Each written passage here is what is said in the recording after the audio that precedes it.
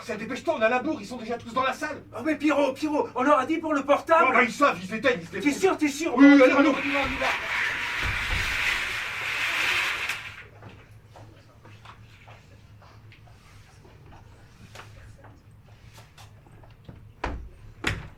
Mais oui, bonnes gens, je suis là. Allons, point de coquetterie, moi je n'en ai aucune. J'accepte même votre présence. Non pas que celle-ci m'importune. Eh bien voilà, un public, un acteur, enfin un pour l'instant.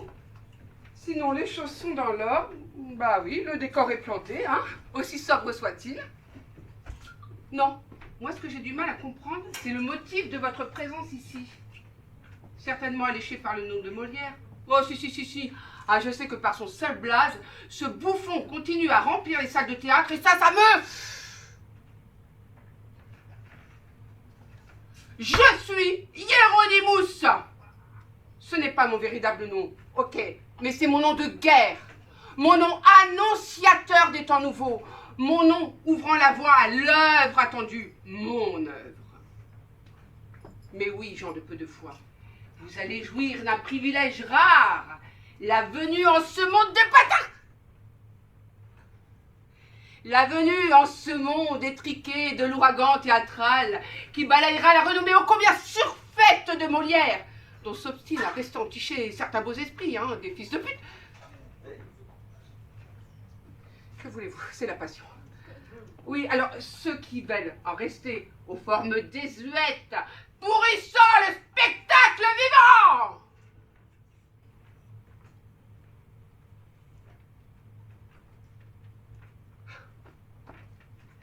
Vous avez couru sur ma saga comme des oufs, hein, pire, comme un jour de solde à la Samar pour des meufs. Oh mais yo frère, yo sœur, faut pas tirer la chetron là, hein. C'est le New Fun maintenant et on calcule sans déglinguer, c'est la loi du show, yeah.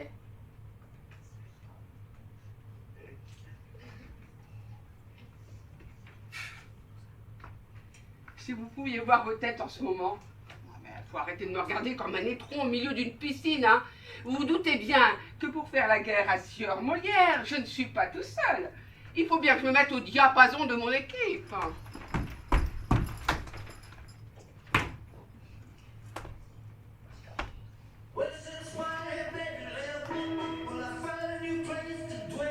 Cher public, voici Funacoli, mon plus fidèle disciple. Bon, il n'a pas de mal à tenir le rôle, il est tout seul. Avec moi, faut pas être transi. Si tu bouges pas, t'es un mort en sursis. Étonnant, non? Bon, dis donc, Funa, t'as semé Candélia? Non. Enfin, à moins que c'est elle qui t'ait largué, vu le toto, il n'y aurait rien d'étonnant. Non, Héros, elle va me retrouver, mais elle est trop... terrible cette môme. Elle griffe, elle l'emborise mon cœur à belles dents, et je sens que bientôt là, il y aura du vent. Ouais. Ma foi, elle a de beaux yeux. Non, moi je veux pas de mal à Molière, hein. Je veux simplement qu'il disparaisse. Hein. Il est partout. Et puis ces pièces, quelle stupidité. Elles sont si évidentes et si prévisibles. Ah, non pas Sarah Molière. Je veux effacer le souvenir même de ton existence. Ouais. Yo, Molière, on va te mettre par terre. Finis ta tyrannie. T'es qu'un vieux, t'es cuit. Hein? Bon, dis donc, funiculaire, tu peux arrêter de prendre la pause là? Oh non, Héros, tu recommences. Quoi? Oh bah, mon blaze, c'est Funacoli, pas funiculaire. Oh, tu recommences. T'es lourd, et puis j'ai pas envie de te porter. Hein. T'es le chef, mais... Respect. Calcule pas, Héros, il est jaloux de Watt, c'est tout. Oh, elle écoute pas. Elle m'en veut parce que je supporte pas de la voir se tortiller dès qu'elle te voit. Bon, mon cher Funa. Ah, je kiffe quand il m'appelle Funa. Mais t'es un vrai lèche-cul, mon pauvre. Bon, mon cher Funa, je te présente mes plus sincères excuses, hein. Mais la grandeur de l'œuvre qui nous attend ne saurait se laisser entraver par des considérations d'amour-propre. Bien sûr, Héros. Nibous! Hein? Oui, c'est pas parce qu'on veut éradiquer Molière qu'il faut faire fi des bonnes manières. Hieronymus. Voilà. Continue, chef, t'es super. T'as vu comme ça brille avec lui? Ouais, puis il aimerait bien. Tu aimerais bien qu'il te fasse briller aussi, hein? Mais pauvre mec! Taré! Sautopathe. Oh! C'est fini ce bordel, ouais. On n'est pas là pour faire du fédo, hein. On n'est pas là pour faire du boulevard. Ouais. Ou plutôt si, on est là sur notre boulevard. Ouais. Celui du crime de notre crime. Ouais. Oui, Ouais. du crime commis et pardonné au nom de la créativité nouvelle et rédemptrice qui s'élèvera sur les cendres de Monsieur Molière. C'est génial! Bravo! Sachez, chers complices, que je ne suis pas simplement le chef de notre campagne anti-molièresque, hein, mais que je suis... Ouais. Qu'est-ce qui t'arrive? Oh non, Hiro, c'est simplement que tu me fais penser tu sais, quand tu parles là, au docteur de la scène de la pièce. Mais qu'est-ce qu'il vient faire là, le docteur? Bah oui, continue, chef. Lui, il est trop dégoûté que tu sois si... Oh, Candélia. Ouais, c'est ça. Candélia, je t'aime, tu sais, je te love, mais des fois t'es une vraie pouffe, hein. Bah, écoute, Hiro, on est tellement partis en guerre contre Molière. Tu le hais tellement à donf.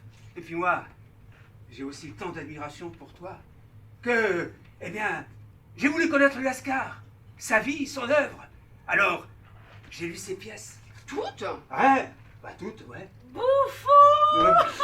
Alors tu vois, dans les dernières phrases que tu as dites, eh bien, tu parles comme le docteur. Tu sais, dans La jalousie du barbouillé. Et tu as aimé?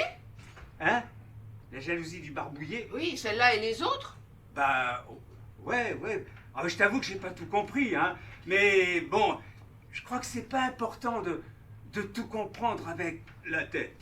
Ouais. Mais avec quoi d'autre alors, du coup? Avec le cœur, Candélia. Le cœur? Ouais.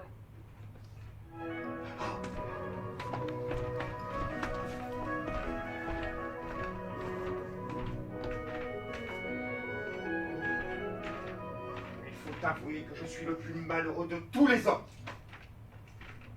J'ai une femme qui me fait enrager. Au lieu de me donner du soulagement et de faire les choses à mon souhait, elle me fait donner au diable 20 fois le jour. Au lieu de se tenir à la maison, elle aime les promenades, la bonne chair, et fréquente je ne sais quelle sorte de genre. Ah, pauvre barbouillé, que tu es misérable. Ah, il faut pourtant la punir. Si je la tuais. Alors l'invention ne vaut rien car tu serais pendu. Si je la faisais mettre en prison, la carogne en sortirait avec son passe-partout. Ah, mais que diable faire donc? Monsieur le docteur qui passe par ici, il faut que je lui demande un bon conseil sur ce que je dois faire. Je m'en allais vous chercher pour vous faire une prière sur une chose qui m'est d'importance. Il faut que tu sois bien mal appris, bien lourdeau et bien mal morigéné, mon ami, puisque tu m'abordes sans ôter ton chapeau, sans observer rationem loci, temporis et personae. Quoi? Démarrer d'abord par un discours mal digéré, au lieu de dire « Salve vel, salvus doctorum eruditissime ». Mais pour qui me prends-tu, mon Ah, ami? ma foi, excusez-moi, c'est que j'avais l'esprit en écharpe et je ne songeais pas à ce que je faisais. Non. Mais je sais bien que vous êtes galant homme. Sais-tu bien d'où vient le mot de galant homme? Ils viennent de Villejuif. D'Aubervilliers, je ne m'en soucie guère. Eh bien, sache que le mot de galant homme vient d'élégant, prenant le G et là de la dernière syllabe, cela fait ga. Et puis, prenant le L, ajoutant le A et les deux dernières lettres, cela fait galant. Et puis, ajoutant homme, cela fait galant homme. Mais encore, pour qui me prends-tu? Et je vous prends pour un docteur. Or ça, parlons un peu de l'affaire que je vous veux proposer. Il faut que vous le sachiez. Sache auparavant que je ne suis pas seulement un docteur, mais que je suis 1, 2, 3, 4, 5, 6, 7, 8, 9 et 10 fois docteur. Premièrement, parce que l'unité est la base, le fonctionnement et le fondement de toute chose. Aussi, moi, je suis le premier de tous les docteurs, le docte des doctes. Deuxièmement, parce qu'il y a deux facultés nécessaires pour la parfaite compréhension de toute chose, le sens et l'entendement. Et comme je suis tout sens et tout entendement, je suis 2 fois docteur. D'accord, c'est que... Mais troisièmement, parce que le nombre de 3 est le nombre de la perfection. Et comme je suis parfait, et que toutes mes productions le sont aussi, je suis 3 fois docteur. Eh bien, monsieur le docteur... Quatrièmement, parce que la philosophie a 4 parties. La logique, la physique, métaphysique et morale. Et comme je les possède toutes 4 et que je suis parfaitement versé à l'icelle, je suis 4 fois docteur. Oh, que diable, je n'en doute pas, écoutez-moi donc. 5e, parce qu'il y a 5 universels, le genre, l'espèce, la différence, le propre et l'accident, sans lesquels on ne peut facilement arriver à aucun bon raisonnement. Et comme je suis, en fin de compte, le maître de cela et que je sais leur utilité, je suis 5 fois docteur. Que j'ai bonne patience. 6e, parce que le nombre de 6 est le nombre du travail. Et comme je travaille incessamment à ma gloire, je suis 6 fois docteur. Ouais, parle tant que tu voudras. 7e, parce que le nombre de 7 est le nombre de la félicité. Et comme j'ai une parfaite connaissance de tout ce qui peut rendre heureux, et que je le suis ainsi par mes talents, je puis me dire à moi-même, Auter quatuorque beatum. 8e, parce que le nombre de 8 est le nombre de la justice, à cause de l'égalité qui se retrouve en lui, et que la justice et la prudence avec laquelle je mesure et pèse toutes mes actions me font 8 fois docteur. 9e, parce qu'il y a 9 muses et que je suis également chéri d'elles. 10e, parce que on ne peut faire la répétition du nombre de 10 sans faire la répétition de tous les autres nombres qui le suivent. Et comme il est le nombre universel, et quand on a trouvé le docteur universel, je contiens en moi tous les autres docteurs. Ainsi, tu vois, pour des raisons plausibles, vraies, démonstratives et convaincantes, que je suis 1, 2, 3, 4, 5, 6, 7, 8, 9 et 10 fois docteur. Que diable est ceci? Je croyais trouver un homme bien savant qui me donnerait un bon conseil. Oh. Et je trouve un ramoneur de cheminée qui, au lieu de me parler, s'amuse à jouer à l'amour. 1, 2, 3, 4. Oh, bien, ce n'est pas cela. C'est que je vous prie de m'écouter. Et croyez que je ne suis pas homme à vous faire perdre vos peines. Et que si vous me satisfaisiez sur ce que je veux de vous, je vous donnerai ce que vous voudrez. De l'argent, si vous en voulez. Oh! De l'argent! Oui, de l'argent ou toute autre chose que vous pourriez demander.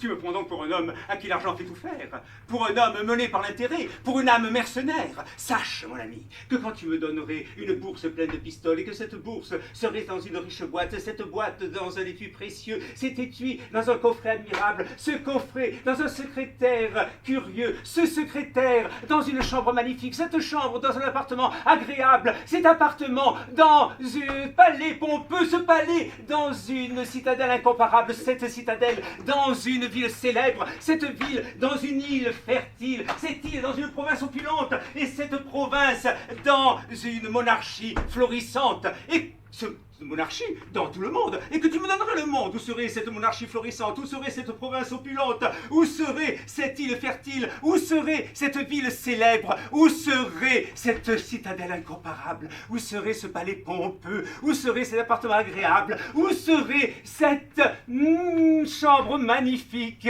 Où serait ce cabinet curieux? Où serait ce coffret admirable? Où serait cet étui précieux? Où serait cette riche boîte dans laquelle serait enfermée cette bourse pleine de pistoles? Que je me soucierais aussi peu de toi et de ton argent que de cela.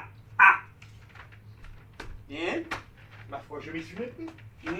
À cause qu'il est vêtu comme un médecin, j'ai cru qu'il lui fallait parler d'argent. S'il n'en veut point, il n'y a rien de plus aisé que de le contenter. On est pour le rappeler.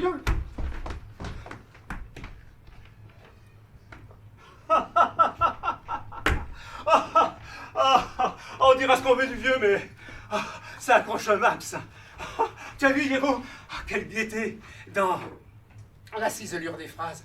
Et puis, dans quel rythme, et puis, quelle spontanéité dans la réplique de chacun des personnages. Qu'est-ce qu'il prend par là ainsi? Et puis pourquoi on jouerait pas une de ses pièces aussi pendant qu'on y est? C'est vrai ça, t'as vu? Il parle comme un bourge. Mais tu as raison, Héros, tu as raison.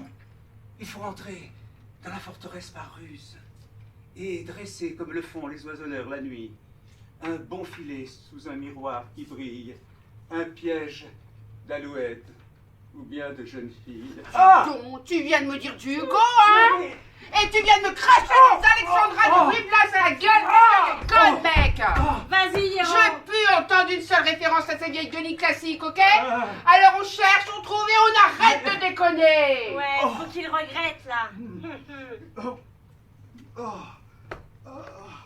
Je veux plus t'entendre dégoiser de l'antique, ok? Dis-toi bien que j'ai pas besoin de toi pour être célèbre! Alors maintenant, tu te lèves, tu te mets au travail et on arrête de déconner! Allez, épargne-le. Ne gâche pas tes forces. Moi, je te kiffe trop. C'est toi que je veux, tu sais. Lui, c'est qu'une larve. Ouais. Il t'arrive même pas à l'âge vie. Ouais, moi si je me hisse à ton niveau, te ferais reluire de plaisir. Je serais ta petite princesse, ta petite reine de la libido. Ouais, bon, ça Je va. te ferais reluire de plaisir. Oui, bon, oui. allez, ta gueule. Oh. Bon, t'as pigé la situ du schnock, c'est moi le chef, tu la ramènes pas, t'es à ma botte, ok? Alors maintenant, tu te lèves, tu te mets au travail, comme j'ai dit, et on va lui faire sauter sa maison à Molière. Trop non, mon amour. La comédie française. Quoi ça? Bon, allez, au boulot maintenant. Bah tu peux crever. T'avais pas à faire ça avec moi. Mais je t'admirais, moi. Tu tranchais sur toute cette merde dans laquelle on nous a enfermés. Tu rendais azuréens les murs gris dans lesquels on nous laisse crever depuis le début de notre vie. Oui, t'as bien compris, azuréen, que j'ai dit. Ah bah, ta révolte contre Molière. Moi, j'ai lu, moi, Molière. Je te l'ai dit. Puisque je lisais, ça me plaisait. Moi, j'ai pas tout compris au début. Mais je me suis fait aider. Il y a un gros bouquin comme ça. Dico. C'est bon au dictionnaire. Sur la page de couverture, il y a une meuf là qui souffle sur une fleur. Et puis les morceaux de la fleur, ils passent au-dessus de notre mur. Au-dessus de la pauvreté. Comme des soleils. Au-dessus de la nullité, de l'ignorance, de la honte. Comme des soleils, oh. Comme des soleils qui s'en iraient comme ça. L'espoir, quoi. L'espoir. Mais même l'espoir, quand ça s'en va, eh ben, ça réchauffe un peu. Je peux plus te voir. T'es qu'un bouffon. T'es que du vent. Ouais, du vent, sans connaissance, sans emporter. À part ta haine. Tu vas le suivre, Candélia? Bah, tu sais, moi je t'aime. Tu feras comme tu voudras. Tu vois, je te dis je t'aime. Je parle différemment, hein. Tu feras comme tu voudras. C'est con, mais je t'aime. Écoute, Hiro. Écoute, depuis que tu essaies de le détruire, le Jean-Baptiste, t'as jamais été aussi près d'un de ces personnages. De qui? L'homme au ruban vert. Alceste. Le misanthrope.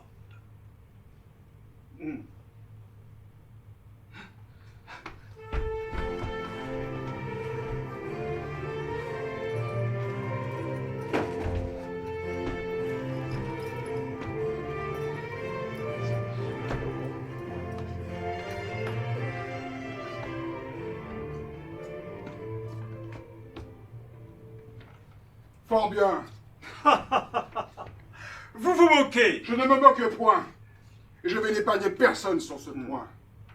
Mes yeux sont trop blessés et la cour et la ville ne me fera rien qu'objet à m'échauffer la bile. J'entre en une mer noire, en un chagrin profond, quand je vois vivre entre eux des hommes comme ils font. Je découvre partout que lâche flatterie, qu'injustice, intérêt, trahison, fourberie, je n'y puis plus tenir. J'enrage. Et mon dessein est de rompre en visière à tout le genre humain. Ce chagrin philosophe est un peu trop sauvage. Je ris des noirs accès où je vous envisage et crois voir en nous deux sous même soin nourris ces deux frères de pain à l'école des maris dont... Mon Dieu! Laissons là vos comparaisons fades. Non! Tout de bon, quittez toutes ces incartades. Le monde par vos soins ne se changera pas. Et puisque la franchise a pour vous tant d'appât, je vous dirai tout franc que cette maladie, partout où vous allez, donne la comédie, et qu'un si grand courroux contre les mœurs du temps vous tourne en ridicule auprès de bien des gens. Tant mieux, morbleu, tant mieux. C'est ce que je demande. Ce métaphore bon signe et ma joie en est grande. Tous les hommes me sont à tel point odieux que je serais fâché d'être sage à leurs yeux. Vous voulez un grand mal à la nature humaine? Oui, j'ai conçu pour elle une effroyable haine. Tous les pauvres mortels, sans nulle exception, seront enveloppés dans cette aversion. Pourtant, il en est bien dans le siècle où nous sommes. Non! Il est général. Et je hais tous les hommes. Oh. Les uns parce qu'ils sont méchants et malfaisants. Oh. Et les autres pour être trop méchants, complaisants et n'avoir pas pour eux ces haines vigoureuses que doit donner le vice aux âmes vertueuses. De cette complaisance au bois, l'injuste excès pour le franc scélérat avec qui j'ai procès. Au travers de son masque, on voit plein le traître. Partout, il est connu pour tout ce qu'il peut être. Et ses roulements d'yeux, ils sont ton radoucis, n'impose qu'à des gens qui ne sont point d'ici. On sait que ce pied plat, digne qu'on le confonde par de sales emplois, s'est poussé dans le monde, et que par eux son sort de splendeur revêtu fait gronder le mérite et rougir la vertu. Quelques titres honteux quand tout lieu on lui donne, son misérable honneur n'a pour lui personne. Nommer le fourbe, infâme et scélérat maudit, tout le monde en convient, et nul n'y contredit. Cependant, sa grimace est partout bienvenue. On l'accueille, on lui rit, partout il s'insinue, et s'il est par la brigue, un rang à disputer. Sur le plus honnête homme, on le voit l'emporter. Tête bleue, ce me sont de mortelles blessures de voir qu'avec le vice on garde des mesures, et parfois, il me prend des mouvements soudains de fuir dans un désert l'approche des humains. Mon Dieu, des mœurs du temps, mettez-vous moins en peine. Et faisons un peu grâce à la nature humaine. Ne l'examinons point dans la grande rigueur, mais voyons ses défauts avec quelque douceur. Il faut, parmi le monde, une vertu traitable. À force de sagesse, on peut être blâmable. La parfaite raison fuit toute extrémité et veut que l'on soit sage avec sobriété. Cette grande roideur des vertus des vieux âges heurte trop notre siècle et les communs usages. Elle veut aux mortels trop de perfection.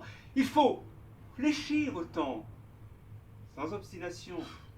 Et c'est une folie à nulle autre seconde de vouloir se mêler, de corriger le monde. J'observe comme vous, 100 choses tous les jours qui pourraient mieux aller prenant un autre cours. Mais quoi qu'à chaque pas je puisse voir paraître, en courroux, comme vous, nul ne me voit point être. Je prends tout doucement les hommes comme ils sont. J'accoutume mon âme à souffrir ce qu'ils font. Et je crois qu'à la cour, de même que la ville, mon flegme est philosophe autant que votre bile. Mais ce flegme, monsieur, qui résonne si bien, ce flegme, pourra-t-il ne s'échauffer de rien? Et s'il faut, par hasard, qu'un ami vous trahisse, ou que pour avoir vos biens, on dresse un artifice, ou que l'on tâche à semer de méchants bruits de vous, verrez-vous tout cela sans vous mettre en courroux? Oui. Je vois tous ces défauts dans votre âme murmure comme vices unis à l'humaine nature. Et mon esprit, enfin, n'est pas plus offensé de voir un homme fourbe, injuste, intéressé, que de voir des vautours affamés de carnage, des singes malfaisants et des loups flatterages. Je me verrai trahir, mettre en pièces, voler, sans que je sois morbleu, je ne veux point parler, tant ce raisonnement est plein d'impertinence. Ma foi, vous feriez mieux de garder le silence contre votre parti, éclatez un peu moins, et gardez au procès une part de vos soins. Je ne donnerai point, c'est une chose dite. Mais qui voulez-vous donc qui pour vous sollicite? Qui je veux, la raison, mon bon droit, l'équité. Aucun juge par vous ne sera visité? Non. Est-ce que ma cause est injuste ou douteuse? J'en demeure d'accord, mais la brigue est fâcheuse. Non, j'ai résolu de n'en point faire un pas. J'ai tort ou j'ai raison. Bah, ne vous y fiez pas. Je ne remuerai point.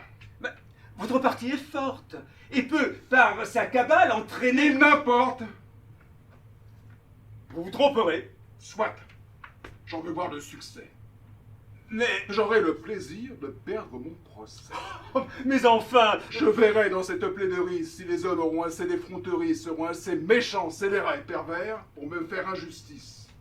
Aux yeux de l'univers. Oh, quel homme! Je voudrais, m'en coûte-t-il grand-chose pour la beauté du fait. Avoir perdu ma cause. Oh, on se rirait de vous, Alceste, tout de bon, si l'on vous entendait parler de la façon... Tant pis pour qui rirait. Mais cette rectitude que vous voulez en tout, avec exactitude, cette pleine droiture où vous vous renfermez, la trouvez-vous ici, dans ce que vous aimez? Il me semble pour moi qu'étant comme il le semble, vous et le genre humain, si fort brouillés ensemble, malgré tout ce qui peut vous le rendre odieux, vous ayez pris chez lui ce qui charme vos yeux. Et ce qui me paraît encore davantage, c'est cet étrange choix où votre cœur s'engage. La sincère Éliante a du penchant pour vous. La prude Arsinoé vous voit d'un œil fort doux. Cependant, à leurs vœux, votre âme se refuse, tandis qu'en ses liens, Célimène l'amuse.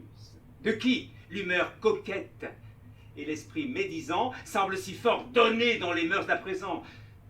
D'où vient que leur portant une haine mortelle, vous pouvez bien souffrir ce qu'en tient cette belle? Ne sont-ce plus défauts dans un objet si doux? Ne les voyez-vous pas? Vous les excusez-vous? Non. L'amour que je sens pour cette jeune veuve ne ferme point mes yeux aux défauts qu'on lui trouve. Et je suis, quel quart d'heure qu'elle m'ait pu donner, le premier à les voir, comme elle est condamnée. Mais avec tout cela, quoi que je puisse faire, je confesse mon faible. Elle a l'art de me plaire. J'ai beau voir ses défauts et j'ai beau l'en blâmer. En dépit qu'on en est, elle se fait aimer. Sa grâce est la plus forte. Et sans doute ma flamme de ses vices du temps pourra purger son âme. Si vous faites cela, vous ne ferez pas peu. Vous croyez être donc aimé d'elle. Oui, parbleu, je ne l'aimerais point si je ne le croyais l'être. Mais si son amitié pour vous se fait paraître, d'où vient que vos rivaux vous causent de l'ennui? C'est qu'un cœur bien atteint veut qu'on soit tout à lui. Et je ne viens ici qu'à dessein de lui dire tout ce que là-dessus ma passion m'inspire. Au moins, si je n'avais qu'à former des désirs, la cousine Éliante aurait tous mes soupirs. Son cœur, qui vous estime, est solide et sincère. Et ce choix plus conforme était mieux votre affaire. Il est vrai. Ma raison me le dit chaque jour. Mais la raison n'est pas ce qui règle l'amour. Je crains fort pour vos feux et l'espoir où vous êtes pour... Mais...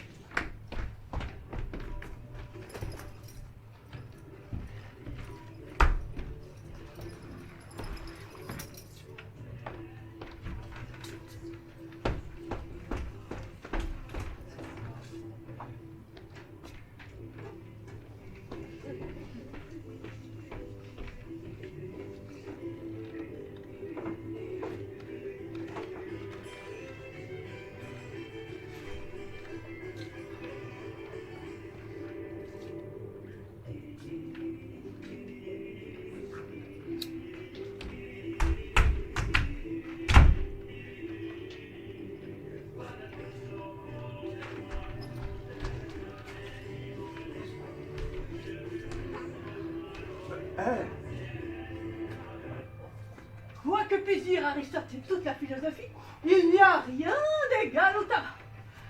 C'est la religion des braves gens. Et qui vit sans tabac n'est pas digne de vivre.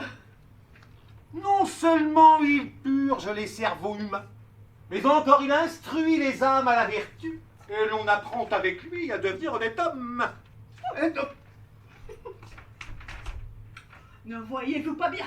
Dès qu'on en prend, de quelle manière obligeante on en use avec tout le monde. Et comme on est ravis d'en donner à droite, à gauche, partout où l'on se trouve. On n'attend même pas qu'on en demande et l'on court au devant du souhait des gens. Tant il est vrai que le tabac inspire des sentiments d'honneur. Et de sagesse à tous ceux qui en prennent. Tu es Sganarelle? Et toi aussi? Tanguy, qui veux-tu que nous soyons autres que nous-mêmes? Tels nous fûmes créés, tels nous voilà. Oui, mais deux. Ouais, pourquoi non, hein? Il a donné tant de travail à ce pauvre Scalaret. Il y en a un troisième? Mais non, Nigo! On parle de l'original. L'original?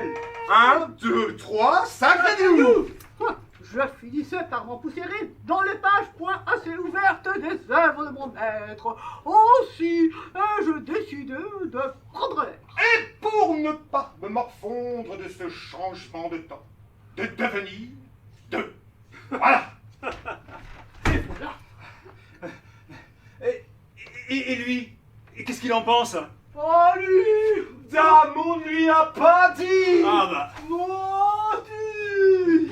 Je cousu. Oh, et puis, nous prendrons l'agonie de notre imagination. C'est ainsi, camarade. Hmm. 2 en 1. Ouais. Et tout à la fois, Scalaret. Ganarelle, qu'on aimerait bien voir se balancer aux fourches patibulaires, Ah. langue pendante, verte glacée. Scalaret. Je suis un simple valet. Mais À vrai dire, une franche canaille. J'ai étudié le pourquoi des choses à mes dépens. Notre Chine est souple. Sans quoi un friandster, côte brisée, Oh. et tripaillé, placé. Ton tabac a de curieux effets Oui. sur la glande drôlatique, l'ami. S'il nous plaît, Ah touche-moi 5. ouais. Ah ouais. Oui, miss. Ah eh. Faut y aller. Oh, au revoir, monsieur. Garde-toi bien. Mais Canarelle, où es-tu, double pendard? Il faut Oh. nous mettre en route! Nous voilà, monsieur. J'arrive. non, cette voix, c'est votre maître. Ne serait-ce pas Hieronymus? Oh, l'enchantant de fer. Au gré de sa fantaisie, laisse-moi le passer. Ah Un grand méchant homme. Il est terrible. Parlez encore et je vous tue tous les deux! Oh non. Son nom! Oh, lâche. Donc je suis hors là. Et le diable est son frère. Oh! Décidément. Le seul m'attire.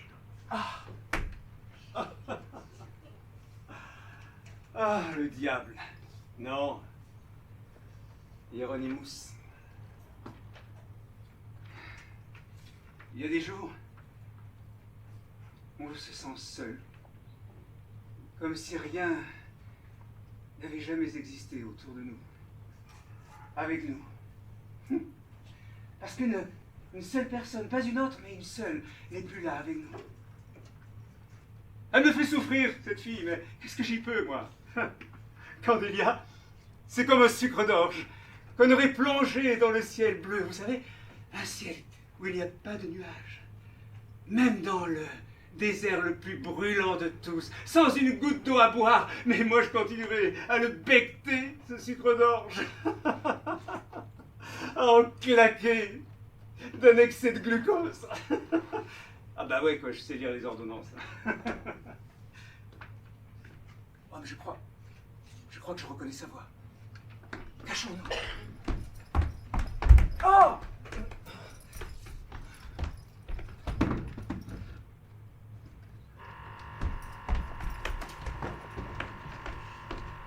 Attends. Ne me quitte pas.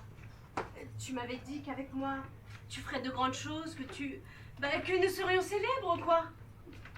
Oui, eh ben, je t'ai menti. Hein. C'était une façon de briser l'ennui qui m'étreignait le cœur et le corps. Bah oui. Ce fut charmant, tu sais. Étonnant même. Et il en m'en faut beaucoup pour me surprendre. Ce fut un beau voyage que d'explorer ce charmant pays qu'est ton corps. Mais voilà, je me lasse vite. Et aussi désirable soit-il, tes îles, tes rivages et tes monts ne m'attirent plus. Oh, si par bonté d'âme je m'y aventure encore pour faire taire quelques instants de jérémiade qui me percent les tympans, le plaisir que j'en tire aussi tout assouvi, je n'ai qu'une envie de fuir. Mais alors combien j'ai été folle alors de te croire. Me croire? Mais croire quoi? Allez! Je t'ai laissé laissé venir ce que tu cherchais, ce que tu désirais. La brillance du piège est la seule espèce de la craie du l'alouette.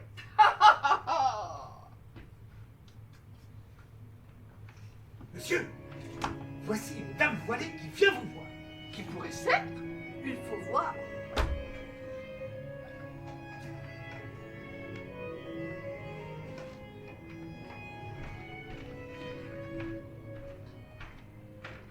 Ne soyez point surpris, Don Juan, de me voir à cette heure et dans cet équipage.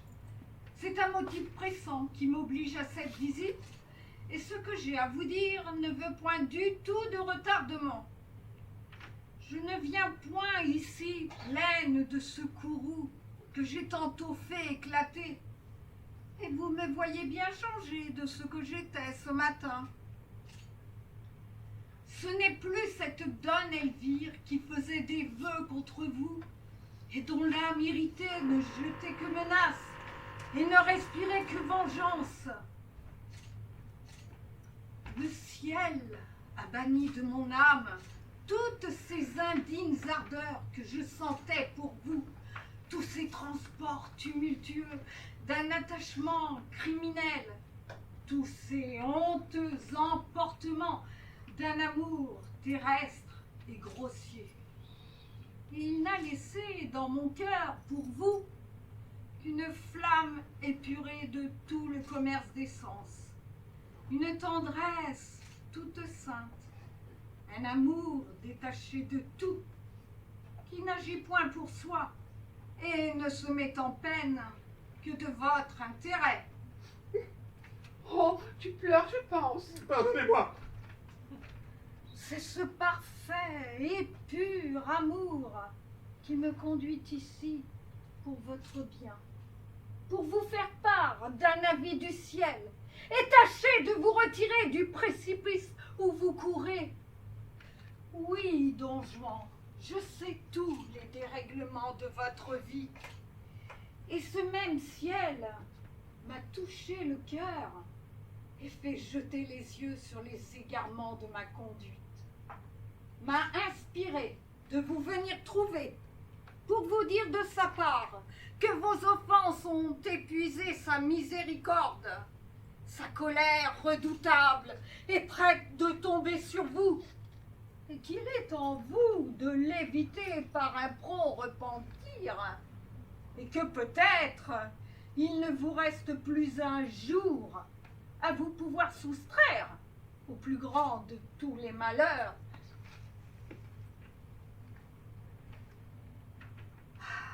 Pour moi, je ne tiens plus à vous par aucun attachement du monde. Je suis revenue, grâce au ciel, de toutes mes folles pensées. Ma retraite est résolue, et je ne demande qu'assez de vie pour pouvoir expier la faute que j'ai faite et mériter par une austère pénitence le pardon de l'aveuglement où m'ont plongé les transports d'une passion condamnable. Et dans cette retraite, j'aurai une douleur extrême qu'une personne que j'ai chérie tendrement devint un exemple funeste de la justice du ciel. Et ce me sera une joie incroyable si je puis vous porter à détourner de dessus votre tête l'épouvantable coup qui vous menace. De grâce, Don Juan, accordez-moi pour dernière faveur cette douce consolation. Ne me refusez point votre salut que je vous demande avec larmes. Et si vous n'êtes point touché de votre intérêt, mais soyez-le au moins de mes prières, et m'épargnez le cruel déplaisir de vous voir condamné à des supplices éternels. Pauvre femme,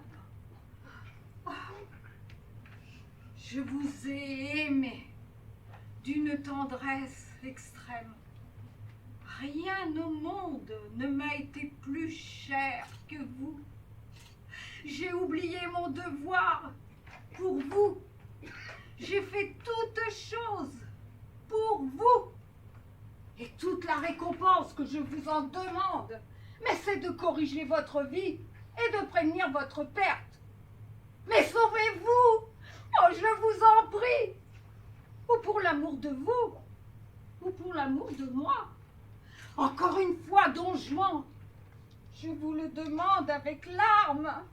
Et si ce n'est assez de larmes d'une personne que vous avez aimée, je vous en conjure, par tout ce qui est le plus capable de vous toucher. Un cœur de tigre. Je m'en vais. Après tout ce discours, voilà tout ce que j'avais à vous dire. Demeurez ainsi, madame. On vous y logera le mieux qu'on pourra. Non, Don Juan, ne me retenez point davantage. Demeurez ainsi, je vous en prie. Non, vous dis-je. Et ne faites aucun discours superflu. Laissez-moi vite aller et ne faites aucune instance pour me conduire.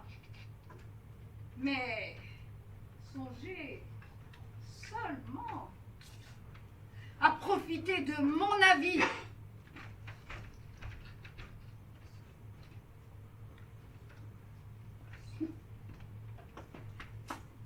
Sais-tu que j'ai senti encore un peu d'émotion pour elle? Oh, les petits restes d'un feu éteint.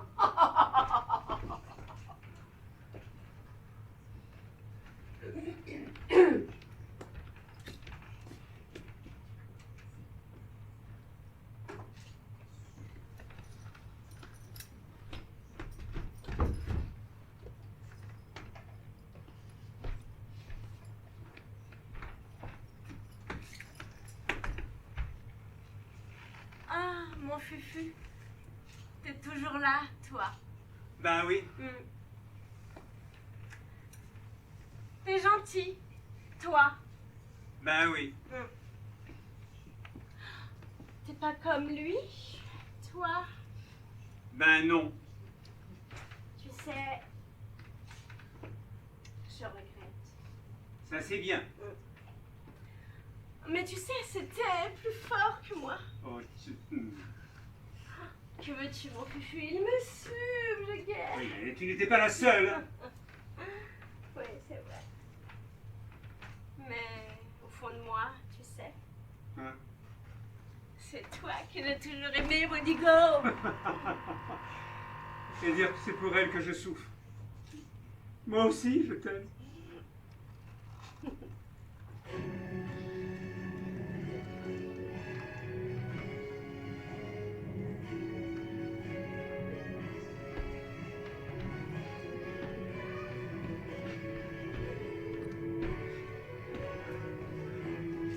Ah, Hieronymus.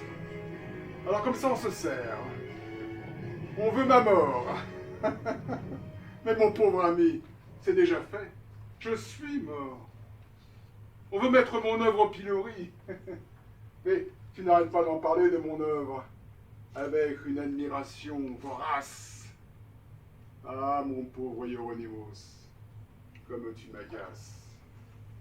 Comme tu me rappelles la vie, finalement.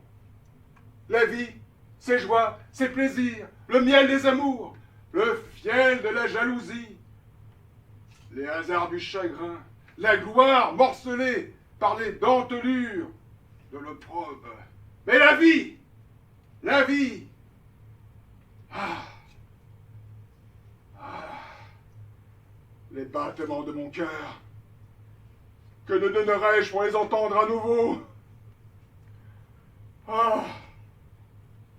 Allons, marchons, Molière. Il y a peut-être là de quoi faire une aimable comédie. Non, c'est impossible. Ah, la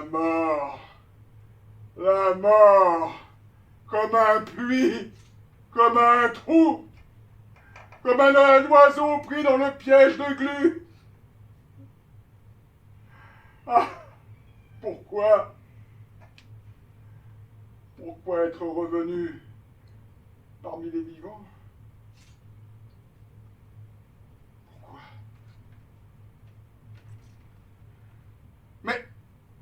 pour l'amour, voyons. Pour l'amour! Pour l'amour! Pour l'amour! Eh, monsieur, c'est vous? Mais encore, mon garçon. Ben, Molière? Allons bon, me voilà démasqué. Ça alors? Oui, je sais, ça surprend toujours. Il faut dire que ça ne m'arrive pas tous les jours. Ah ben, D'être reconnu. oui, bah, il y a ces fringues quand même. Ah oui, c'est fringues, comme vous dites. Et si je les avais pas, ces fringues, Ah bah, Bah, vous seriez à poil. Bah quoi? c'est Molière quand même. Sûr, mais... je suis sûre qu'à poil, il est aussi beau gosse, hein? Mille grâce, chère demoiselle. Vos appréciations me vont droit au cœur. Mais, Funacoli. Vous connaissez mon nom? Ah, l'éternité vous accorde des privilèges très importants. Celui de connaître tout le monde au moment choisi en est un.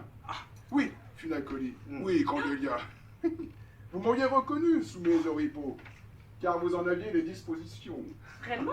Oui, vraiment. Il n'est point mauvais être reconnu. Cela demande plus ou moins de cruauté, soi-même et pour les autres.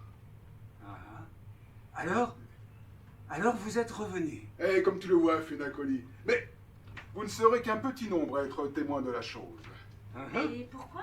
Ah, pourquoi? Ce n'est pas parce qu'on est éternel qu'il faut abuser de la situation. Ce serait fatuité, à bon compte. Fatuité? Waouh! Sûr que vous êtes vraiment celui que vous êtes, hein? En auriez-vous douté, chère demoiselle? Faut dire que... Bah, il faut dire qu'avec toutes les fake news qu'on nous bombarde, eh ben, ça crée le doute, hein. Mais, nos problèmes. On sent que c'est du lourd, votre venue. Sûr qu'on est privilégié, mais... Je peux vous poser une question? Bah, pourquoi vous êtes revenu alors? Ça, c'est une bonne question pour vous, Bah ouais. Cordelia. Hein, pourquoi? Parce que vous aviez peur qu'on vous oublie. Oh, Vous vous ennuyez peut-être? Hein? Ah ouais, oui, vous supportiez pas. Vous aviez le vertige. C'est vrai que ça doit être haut, l'éternité. C'est ça. La bouffe n'était pas bonne? non, rien de tout cela. D'ailleurs, les sensations que vous décrivez n'ont plus cours dans l'au-delà. Hein? Hein? Ah ben, chut, c'est pas comme on se l'imagine alors? Ah non. Croyez-moi, mes amis, il faut vivre et s'occuper du temps présent. Ouais. Avec passion et amour. Hein? Allez, partez. Il faut que je réfléchisse à ma 31e pièce. Au revoir. À bientôt. À bientôt. Ah, Hieronymus. Que vais-je faire de toi, mon ami? Un giron de Kakoshim? Un cléant de beau-parleur? Ou alors un Hyacinthe, peut-être? C'est vous? Oh! Ah ben oui, c'est bien vous. Oui, pour être lui, c'est bien lui, hein, monsieur, c'est vous, Oh, c'est vous! arrête! Oh, vous rien arrêtez, les tiens-moi, vous me donnez la berlue! Oh mon créateur. Ah, tu blasphèmes, coquin, hein? Oh, faites excuse, monsieur, mais si vous n'étiez pas ce que je dis, nous ne saurions pas qui je suis, qui vous êtes. Et qui je suis? Il ne se trouverait pas Embarqué. par cette galère. Ah non, ça, cette réplique ne vous revient pas. Plaît-il, monsieur? Ah non, Sganarelle, cette galère, vous n'y montez pas. Sganarelle, ne t'ai-je pas déjà assez nourri de répliques saillantes pour que tu te plaises ainsi à voler, hein? Scapin des siennes? Oui, certes, votre génie est grand, et puis dans notre humaine nature. Mais vous fûtes à me faire jouer des rôles à mon désavantage. Diantre, je fis cela, moi. Ah, là aussi, vous vous gaussez. Tant de fois, vous vous servez de notre personne pour ridiculiser bourgeois, médecins précieuses. N'aurais-je pas droit à quelques friponneries d'empereur? Certes, ma foi. Non, c'est impossible, car ce qui est écrit pour toujours. Sganarelle, où en es-tu de ton service avec ton maître? Ah, monsieur, c'est un éternel mélangeur. Un redoutable faussaire. Un copiste pervers. Oui, Oh, j'en étais sûr. J'en étais sûr. Ah, arrêtez. Mais où est-elle partie? Mais arrêtez, voyons. Cessez. Je vous unifie. Non mais, je suis le maître ici, chez moi, je suis revenu dans mon théâtre. Je fais ce qui me plaît, mais qu'est-ce que c'est que cette rébellion? Ce n'est pas le moment. Oh, C'est vrai ça? Pourquoi te caches-tu? Je Oh, me sens à moitié nu sans ta présence. mais c'est très gentil, mon cher autre. Mais c'est pour que cela soit comme doit être la chose que je t'impose de ces cochonneries. Non, pas cochonneries quand même. Cachotteries. Oh oui, j'adore les surprises. Surtout quand c'est moi qui les offre à moi-même. Oui, parce que lui, c'est moi. Et moi, c'est lui. C'est la surprise. Si c'est lui qui me l'a fait, c'est comme si je la faisais à moi-même. Mais comme c'est lui, je ne peux pas savoir ce que c'est. Alors vous, mon maître, vous imaginez? oui, oh, vertu Dieu, ils me rendent fou. Mais vas-tu te taire à la fin? Je vous ordonne de vous rassembler. Oh, ça j'en ai connu des désordres et des agréments. Hein, mais alors à ce point-là, jamais. Hein. Vous n'avez pas une idée de ce que c'est, un cher public, une troupe de théâtre. Hein. Ça vous donne un avant-goût des tourments infernaux. Mais alors si à présent, les personnages se dédoublent, alors là, franchement, où va-t-on? Mais où va-t-on? Hein? Je te le demande, Sganarelle numéro 1. Oh, j'en sais plus.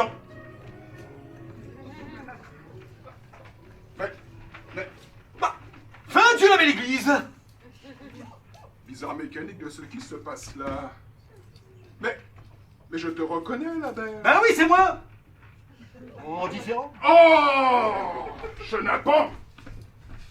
Mais oui, je te reconnais. Je t'ai imaginé. Je t'ai écrite. Je t'ai mise en scène. Tu m'as, Molière. Mais là, je me dois à mon rôle. Et moi, je fais quoi, moi? Oh, mais toi, reste là. Je reviens. Cocasse, amusant. Mais j'aime cela. Ah, j'entends qu'on m'appelle là.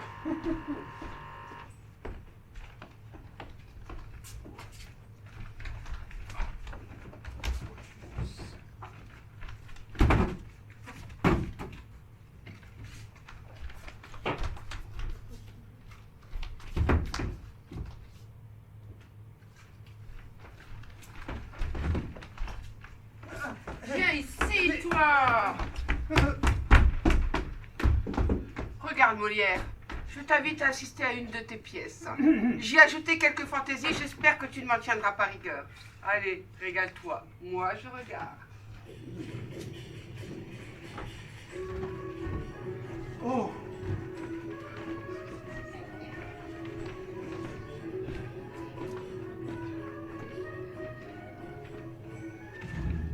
Mesdames, vous serez surpris sans doute par l'audace de ma visite, mais votre réputation vous attire cette méchante affaire. Et le mérite a pour moi des charmes si puissants que je cours partout après lui. Si vous poursuivez le mérite, ce n'est pas sur nos terres que vous devez chasser. Ah, Pour voir chez nous le mérite, il a fallu que vous l'ayez mené. ah, je m'inscris en faux contre vos paroles. La renommée accuse juste en comptant ce que vous valez, et vous allez faire pique, repique et capot tout ce qu'il y a de galant dans Paris. Votre complaisance pousse un peu trop avant la libéralité de ses louanges. Oh. Et nous n'avons garde, ma cousine et moi, de donner de notre sérieux dans le dos de votre flatterie. Mais au moins, il y a-t-il sûreté ici pour moi? Mais que craignez-vous? Mais quelque vol de mon cœur, quelque assassinat de ma franchise. Oh, je vois ici des yeux qui ont la mine d'être de fort mauvais garçons et de faire insulte aux libertés et de traiter une âme de turc à mort comme en diable. D'abord, on les regarde et ils se mettent sur leur garde de meurtrière. Oh. Par ma foi, je m'en défie et je m'en vais gagner au pied où je veux caution bourgeoise qui ne me feront point de mal. Ma chère, c'est le caractère enjoué. Je crois bien que c'est un amical. N'ayez point de crainte. Oh. Nos yeux n'ont point de mauvais dessein. Et votre cœur peut dormir en assurance sur leur prud'homies. Mais de grâce, monsieur, ne soyez pas inexorable. À ce fauteuil qui vous tend les bras, il y a un quart d'heure.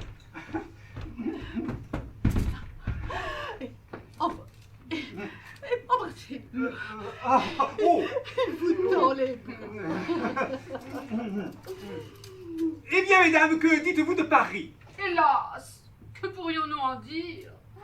Il faudrait être l'antipode de la raison pour ne pas confesser que Paris est le grand bureau des merveilles, le centre du bon goût, du bel esprit et de la galanterie.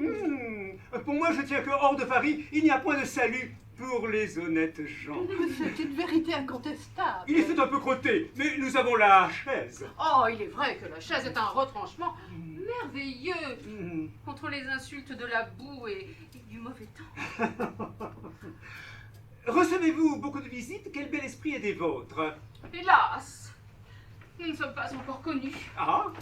mais nous sommes en passe de l'être. Ah! Et nous avons une amie particulière qui nous a promis d'amener ici tous ces beaux messieurs du centre des pièges choisis.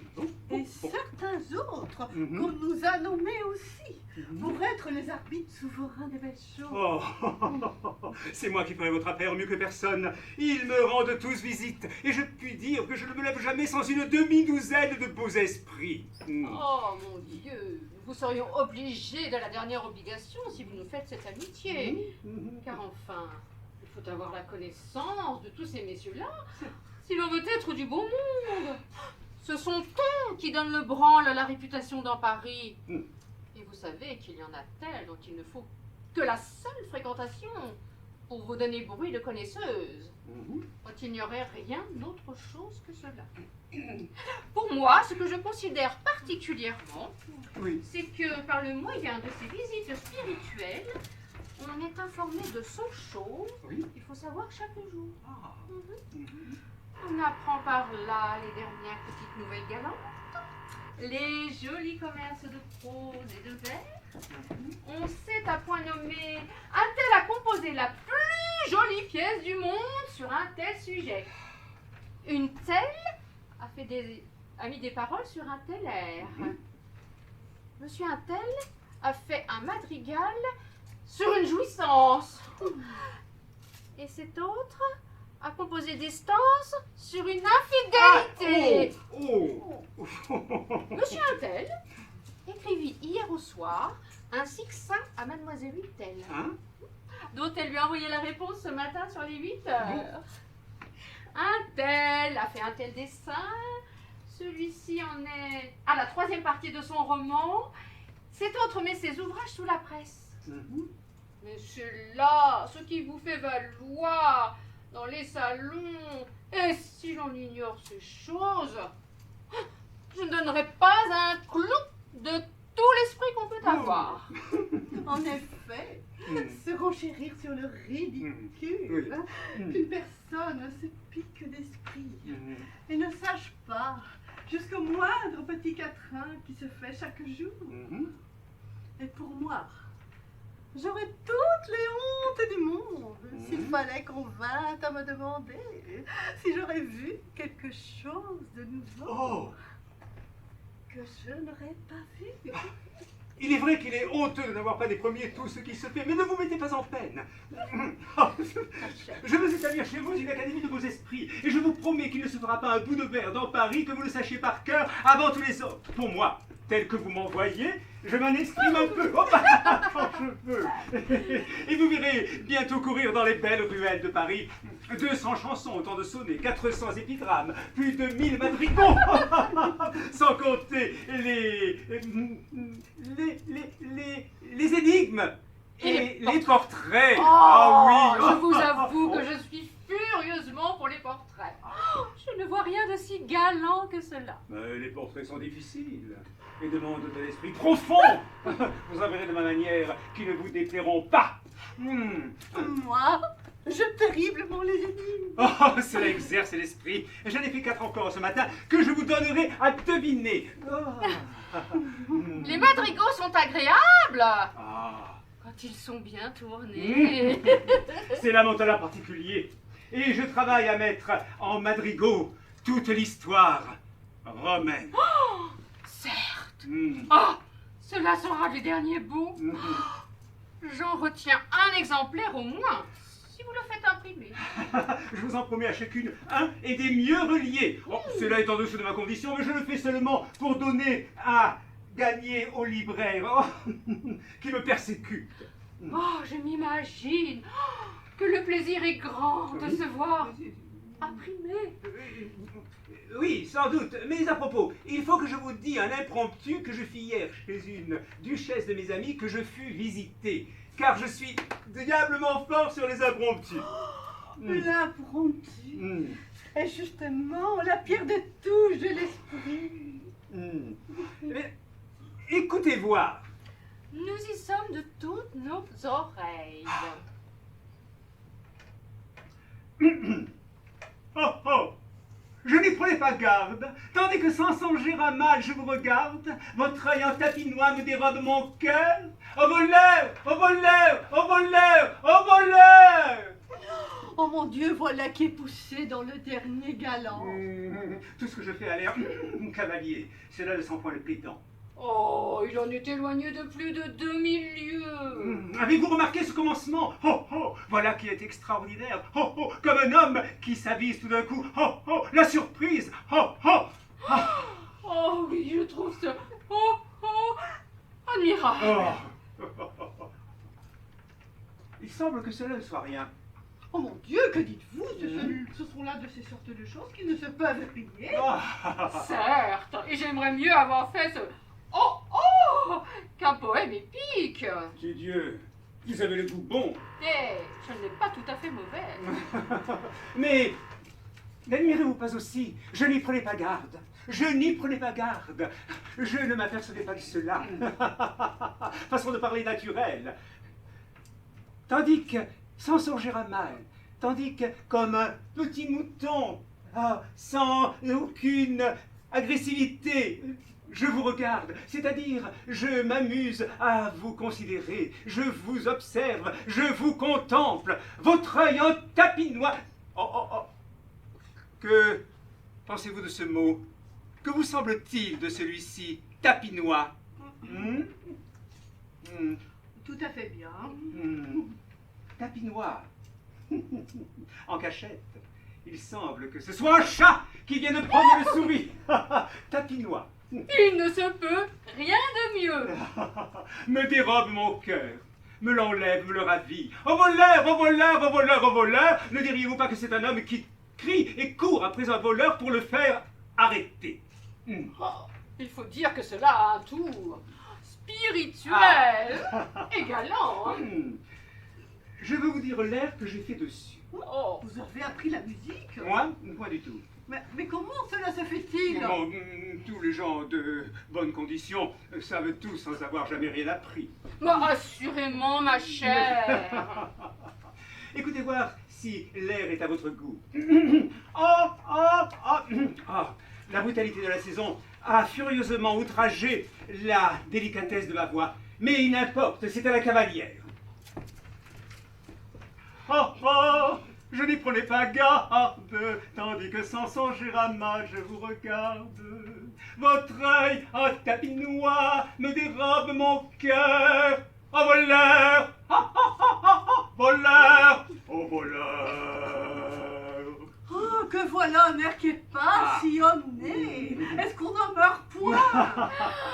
Il y a de la chromatique là-dedans. N'êtes-vous pas la pensée bien exprimée dans le chant? Oh voleur! Et puis comme si l'on criait bien fort. Oh, voleur! Et tout d'un coup comme une personne essoufflée.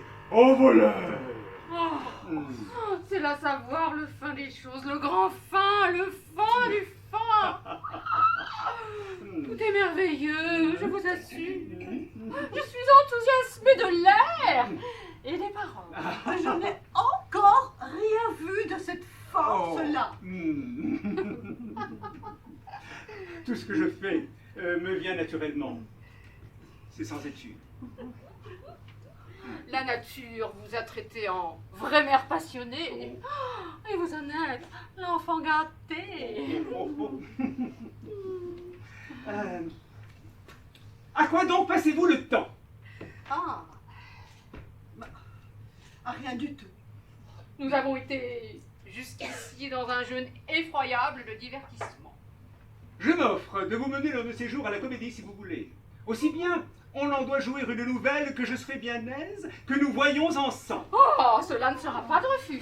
Mais je vous demande de bien applaudir quand nous serons là, car je me suis engagé de faire valoir la pièce.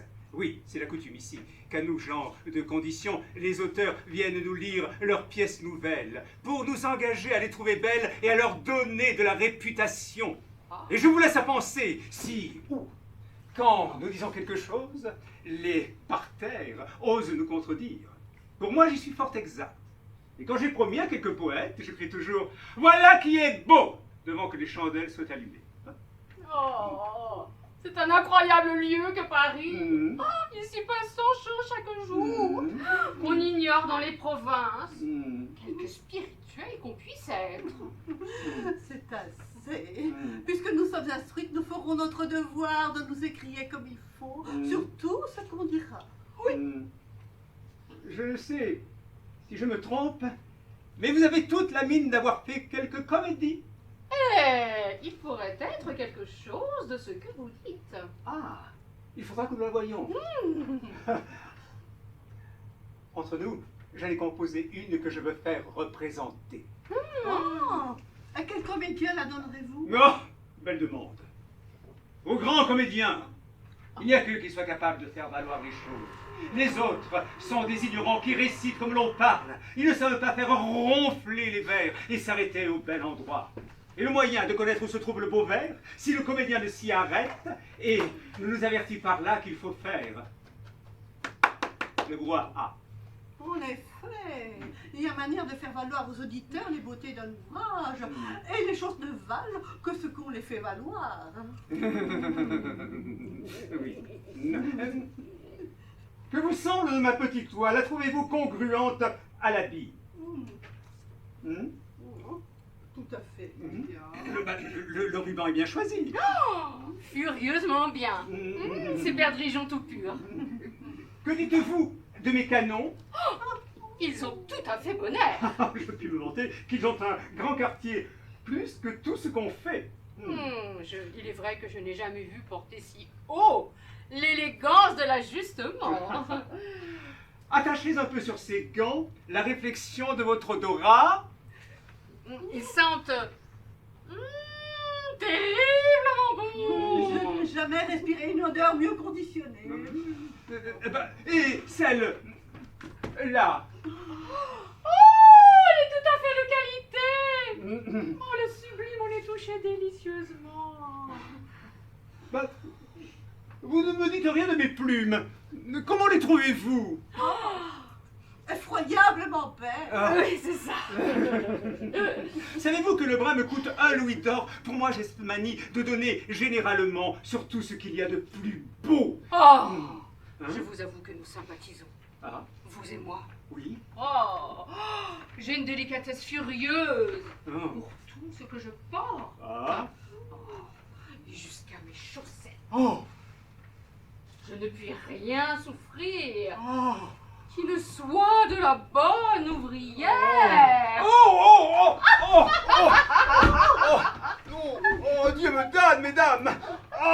C'est fort mal amusé. Je vais me plaindre de notre procédé. Cela n'est pas honnête. Oh, mais qu'est-ce donc qu'avez-vous? Quoi, toutes les deux contre mon cœur en même temps? M'attaquer à droite et à gauche, mais c'est contre le droit des gens. La partie n'est pas égale. Et je m'en vais crier Homer! Il faut avouer qu'il dit les choses d'une manière particulière. Oh oui, il a un tour admirable dans l'esprit. Vous avez plus de peur que de mal, et votre cœur crie avant qu'on l'écorche. Comment diable? Mais il est écorché depuis la tête jusqu'aux pieds.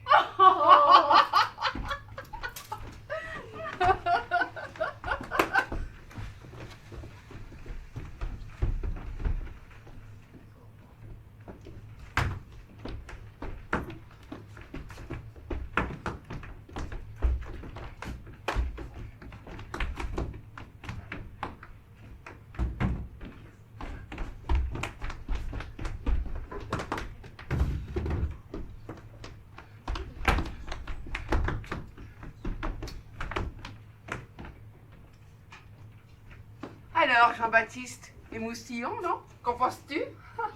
Et qu'as-tu fait de ce pauvre Mascarille?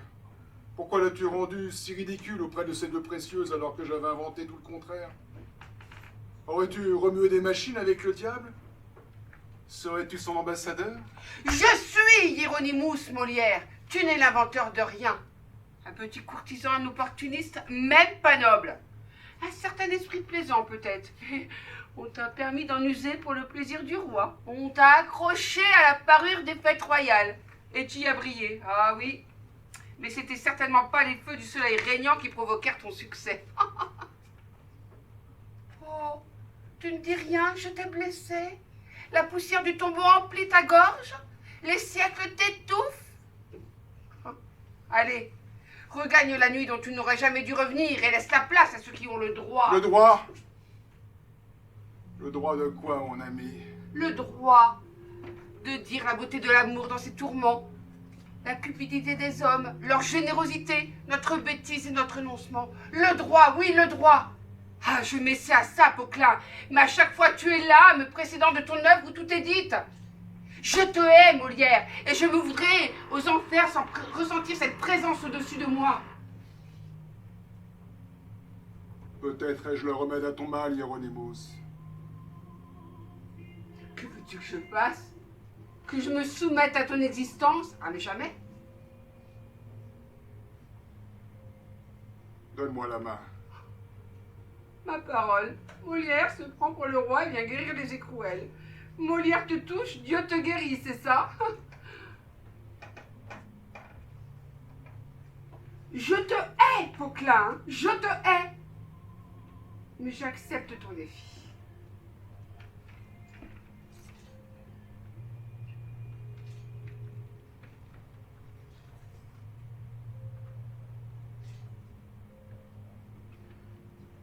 Cette douceur, elle en est presque douloureuse. Accepte-la. C'est le sentiment d'être un homme parmi les hommes. La chaleur d'être soi et la douceur de se confondre. Et ce feu qui me brûle, comme on souhaite un corps aimé. C'est l'exigence incontournable d'aller vers la création. C'est si beau, si plein de certitude. Et pourtant je doute encore. C'est parce que tu ne travailles pas assez. Pas assez fortement. Pas assez amoureusement. Pas assez désespérément. Et si je fais ça, Poquelin, je serai satisfait de ce que j'aurai créé? Non, Hieronymus. Tu ne seras jamais pleinement satisfait et heureux de ce qui naîtra de toi. Mais ça te ressemblera. Ce sera authentique. Et tu sauras pourquoi tu es né. Mais, tu sais, ça me rappelle la lecture d'une de tes œuvres, Le Misanthrope. Alors là, j'ai su que tu serais toujours là pour me juger. Et depuis, je suis toujours en colère. Si je ne le suis plus, cela veut dire que tu vas disparaître à jamais? C'est ce que tu désires. C'est bizarre. C'est comme si, en étant proche de toi, j'étais enfin libérée De moi. de tout ce qui m'oppressait. Mais toi, Molière, ne pars pas. Pourquoi partirais-je? Allons. Dors maintenant. Tant de choses t'attendent. Tant de choses à faire. Hieronymus.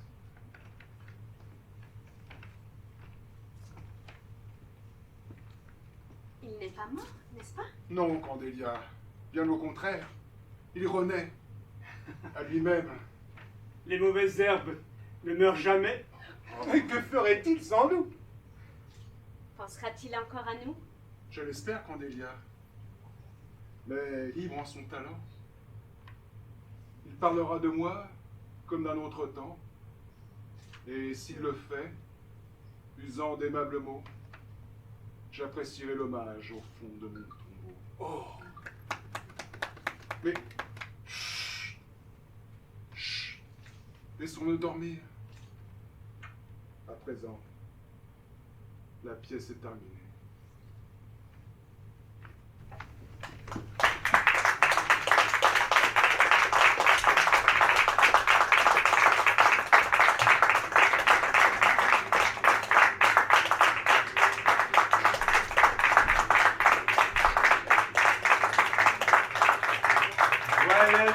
sommeil. Chacun satisfait. Rage, tromperie, invective, enfin apaisement. Tout le monde est content, même moi. Après 10 siècles de service, enfin la récompense de voir mon maître aimé par notre cher Molière. Alors mes gages, Mais je m'en fiche de mes gages. Scaderel, cesse de malmener mon texte, qui est aussi le tien, enfin le vôtre d'ailleurs. Tu crois qu'il est fâché? Attends savoir avec lui. Mais s'il en est ainsi, ça ne durera pas. Il est même tout à fait capable d'en faire une pièce. T'as pas soif, copain? Oh bah oui, oh bah non, ça ne se refuse pas. Eh, ça vient. Eh, copain. Ah, voilà qui va m'alléger le cerveau et m'égayer l'entendement. Qui veut chasser une migraine n'a qu'à boire toujours du bon et maintenir la table pleine de cervelas et de jambon. L'eau ne fait rien. Ah, gredin! Ah, chenapan! Hein, voilà que ne respectant rien, tu t'arsouilles en présence de notre gentil public. Mais de grâce, monsieur, calmez votre ire. Je me suis laissé emporter par cet autre moi-même. Ah, t'es... Oh, le fiefé menteur! Ah, mais taisez-vous, traître! Et ne profitez pas de cette élucubration soi-disant théâtrale dans laquelle mon œuvre est éparpillée pour... Oh, que la peste vous bubonique! Oh, partez! Scanarelle, Oui, monsieur. je vous aime. Bah, nous aussi, nous vous aimons. Sur ce point, au moins, nous sommes toujours d'accord. Prenez soin de toi. De Sganarelle. Quelle époque. Quelle drôle de vie que le théâtre. Quand il vous saisit l'esprit et le cœur de sa main gantée par nos rêves. Vers quelle destinée fantasque il nous entraîne. Il nous voue à mille vies, nous fait vivre à mille morts, nous consume le cœur de mille transes amoureuses. Et pourtant, nous ne nous dérobons point à son choix, et nous le suivons. Le regretterais-tu, Jean-Baptiste? Toi que j'ai toujours vu si riant dans nos aventures, même quand les plus noirs nuages s'amassaient sur nous pour nous noyer sous les plus lourds chagrins.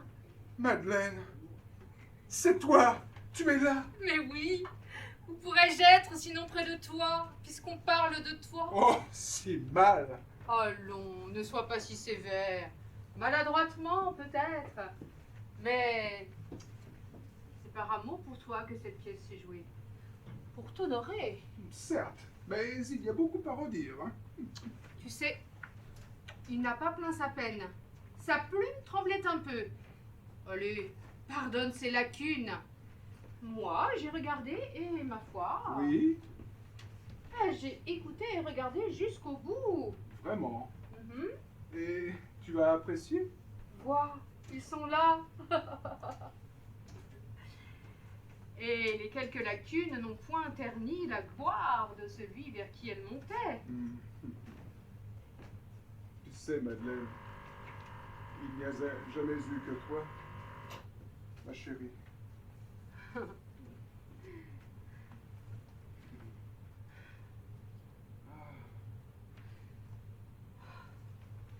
Menteur. Génial menteur. Mais qu'importe. Même les quelques incartades que tu te permettais n'écorchaient que la surface de notre attachement l'un pour l'autre. Jamais elles ne tarirent mon cœur de l'amour que nous nous portions. Je n'avais ni jalousie, ni colère. Je souffrais, certes, mais je savais que cette douleur que tu m'imposais, à ton insu, tu n'es pas méchant.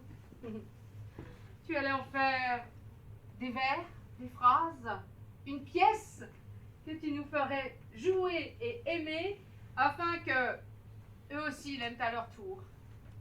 Tu m'en veux encore. Ah, je t'en veux surtout de ne plus pouvoir t'aimer, De ne plus pouvoir jouer tes créations? De ne plus en vouloir à Armande d'avoir pris ma place dans ton cœur et sur les planches? De ne plus pouvoir soulager ton cœur des méchancetés qu'elle te créait par coquetterie? De ne plus pouvoir être aussi bonne comédienne qu'elle? Tu sais, Madeleine, si tu n'étais pas... Morte? Oui, enfin, j'aurais pu... Revenir? Oui, Revenir vers moi? et oui. Mais je ne l'aurais pas accepté, mon cher ami. Tu avais fait ton choix, et celui-ci allait vers ta jeunesse d'Armande, vers son talent, vers la vie. Moi, je vieillissais. Je n'avais plus droit qu'à ta reconnaissance. Ta reconnaissance. Est-ce que cela a son mot à dire en amour? La reconnaissance. Ah. Ne valait-il pas mieux qu'il en fût ainsi? À quoi bon revenir sur scène quand il n'y a plus de rappel, plus de désir? Il valait mieux qu'il en fût ainsi. C'était à moi de moucher les chandelles pour que nous nous retrouvions, même séparés. Vois-tu, parfois, il y a des déchirements qui claquent comme des hymnes de victoire, des douleurs qui nous grandissent, au-delà de nos pleurs et de nos doutes, pour qu'enfin nous puissions voir notre véritable image à nous, mime, jongleur, auteur, conteur, chanteurs et comédiens. À nous autres, passeurs de rêves, béliers dans le rire et les larmes, de la vérité magnifiée. Vois, nous avons le plus fidèle de tous les miroirs, le plus beau de tous les témoins. Oui, le public. Mais voyons. oui, le public, n'est-ce pas, les amis? Même si la pièce qui s'est jouée ce soir avait quelques lacunes, c'est vrai, puisqu'ils sont venus pour y croire. Ah, les braves gens. Mais je les aime eux aussi. Mais Jean-Baptiste, tu aimes tout le monde, voyons. Alors si la pièce qui s'est jouée cet après-midi est un peu brinque-ballante, je peux t'assurer que c'est par amour pour ton génie qu'elle s'est jouée. Et nous t'en rendons hommage.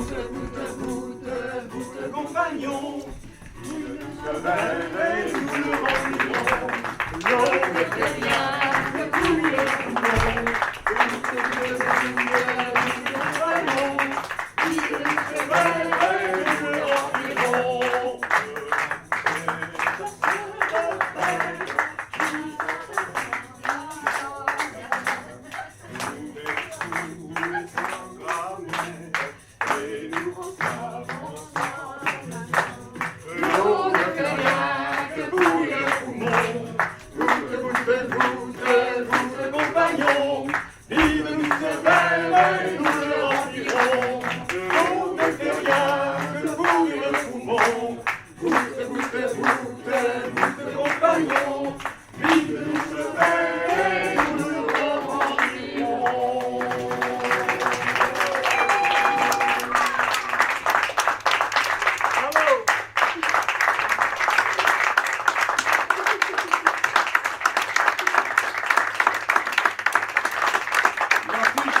public, votre auteur, metteur en scène, comédien, Guy.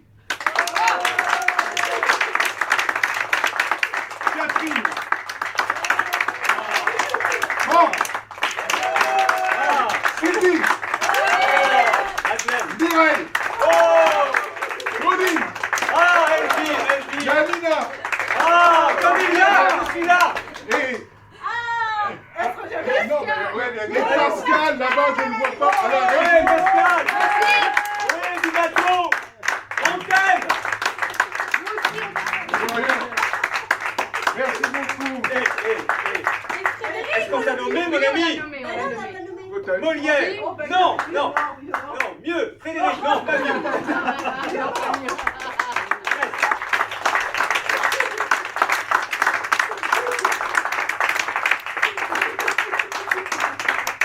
Bien, cher public, alors, nous, on va dresser une petite table avec quelques rafraîchissements. Hein. Si vous voulez vous joindre à nous, ce sera avec plaisir. Nous avons un livre d'or qui doit être ouvert. Si vous voulez, vous pouvez venir. Hein. Il y a un livre d'or qui est ouvert, je crois, à l'entrée. Vous pouvez laisser vos impressions, puis vos coordonnées si vous souhaitez qu'on vous recontacte dans le futur pour jouer de nouvelles pièces. Ou la même, on va la rejouer en novembre, celle-là. Et Voilà. si vous n'avez pas tout compris, revenez-ce pas. Voilà. Il y aura une explication de texte. La perruque sera mieux accrochée. Et la clé fonctionnera encore. Et quelque chose aussi d'autre, bien sûr. L'eau ne fait rien. Que pour tout le monde.